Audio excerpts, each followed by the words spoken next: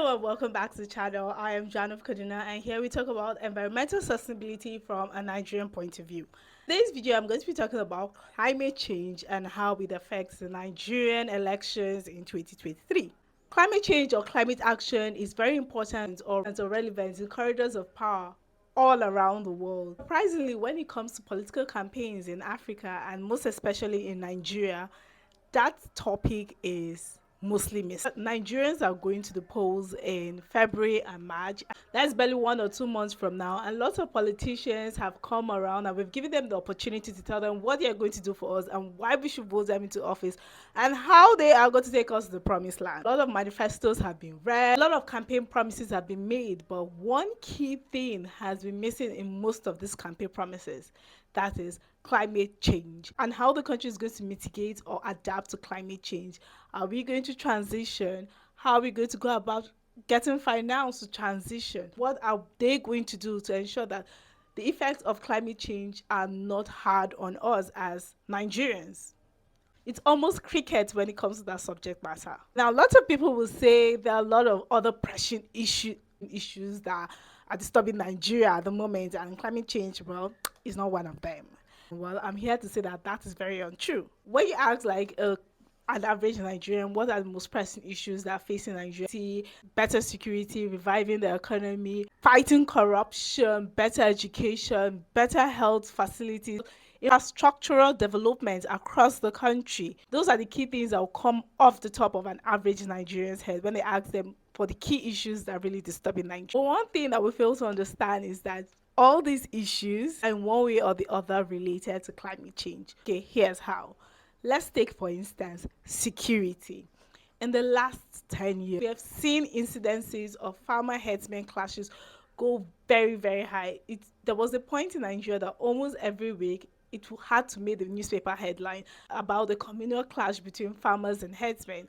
How is this related to climate change? Let me tell you. How is this related to climate change? Now, climate change means the climate is changing, and now we're seeing change in rainfall patterns. In Nigeria, the way that we do agriculture, we are mainly dependent on rainfall. And if the rainfall patterns change, it affects the crops that are being produced. Most of these herdsmen come from the areas that are around the Sahel region of Nigeria, where we're having more droughts and lesser rainfall. And desertification is really encroaching in that area. So that means less food for their cattle. They have to migrate more towards the southern part of Nigeria. And already, the farmers are also dealing with the change in rainfall patterns and how it's affecting their crops, and the herdsmen want their cows to feed. And then now both of them are clashing. The farmer is trying to protect the few crops that he has, lower yields that he's experiencing, and the herdsman wants his cows to feed. And then we have farmer herdsman clashes, more and more of them.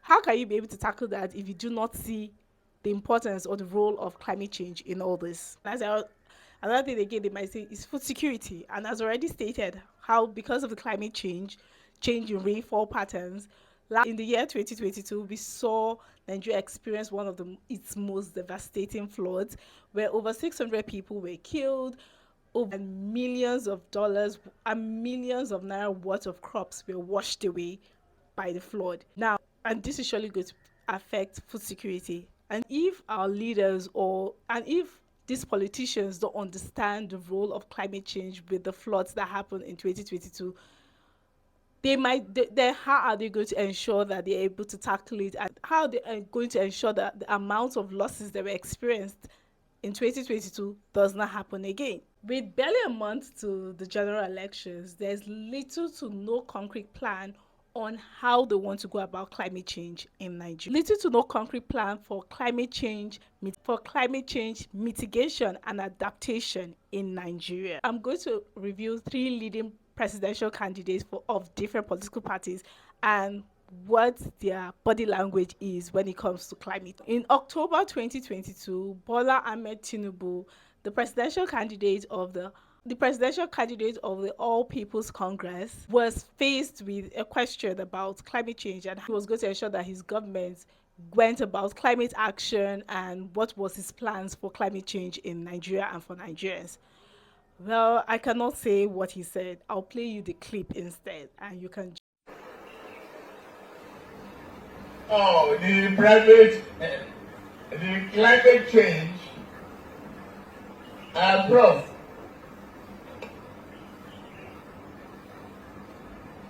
It's a question of how do you prevent a church rat from eating a person Holy Communion?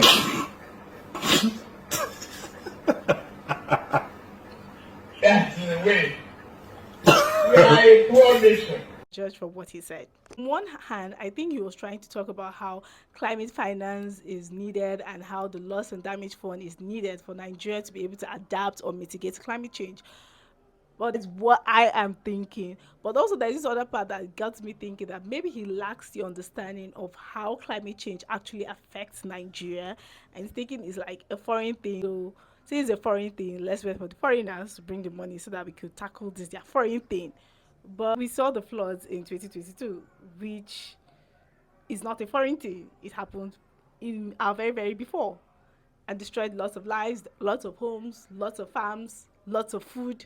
It goes beyond us waiting for foreign aid to be able for us to take local action. Based on his lack of understanding, I don't think I'll be voting for that. Now, for the People Democratic Party flag bearer, Atiku Abubakar, he seems to kind of understand the importance of climate change because during that flood disaster in 2022, he put out a tweet talking about how climate change was real and how it was affecting us and how the floods had brought this whole disaster and all that. But that would have been an opportunity for him to also sell what his plan would be if elected to be able to ensure that things like this do not happen, especially as regards to climate change. But he understood the problem, but he was not offering solutions to solving this problem.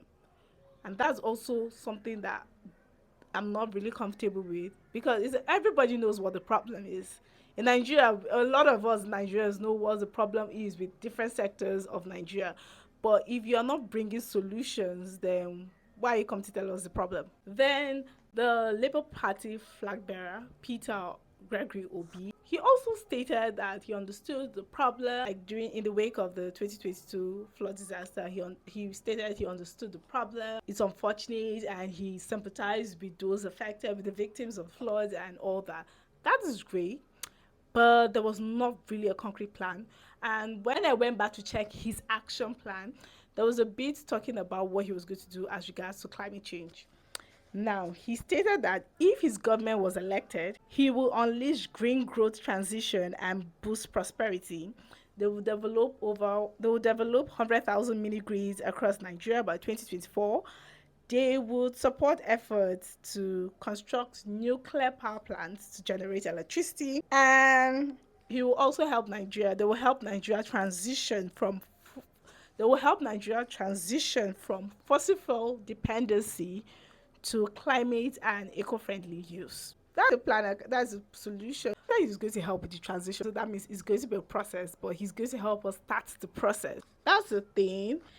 Then for generating electricity, because electricity poverty is actually a big thing in Nigeria, but would us transitioning to solar power be more cost effective than us using hydroelectric power?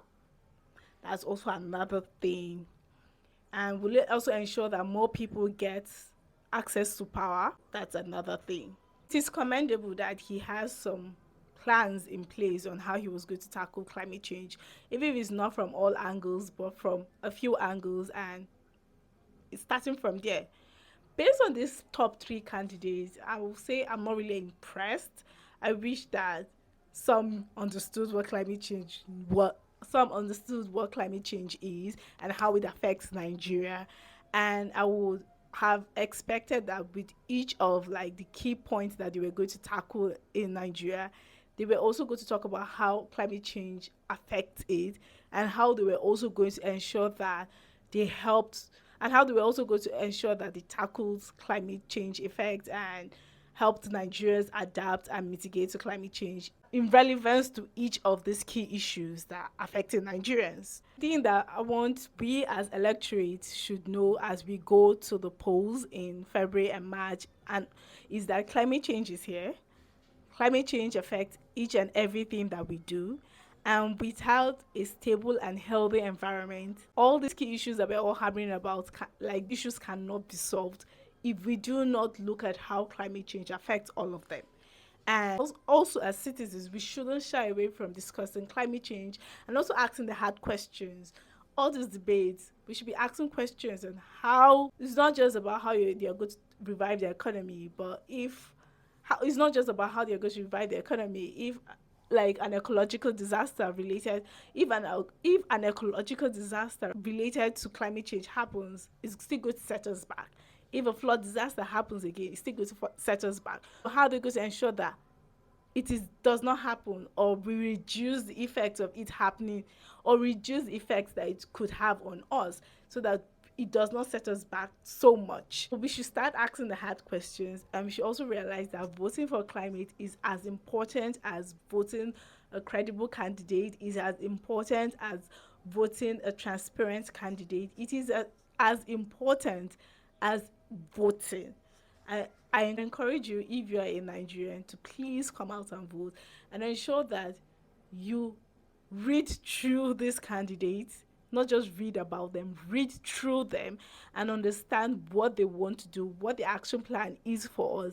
And if you feel that that person is the person that will move us forward, go right ahead and cast that vote. But please do not let sentiment, do not let religion, do not let tribal and religious sentiment cloud our judgment and push us to further ruin in the next 4 years. If you watched this video up to now, thank you. Thank you very much, and I hope that you've subscribed and you've liked and you will share this video to other people so that they will understand the importance of climate change and climate action with the Nigerian election in 2023. Until next time, remember that you can be the change that you want to see. Joanna of Kaduna, signing out.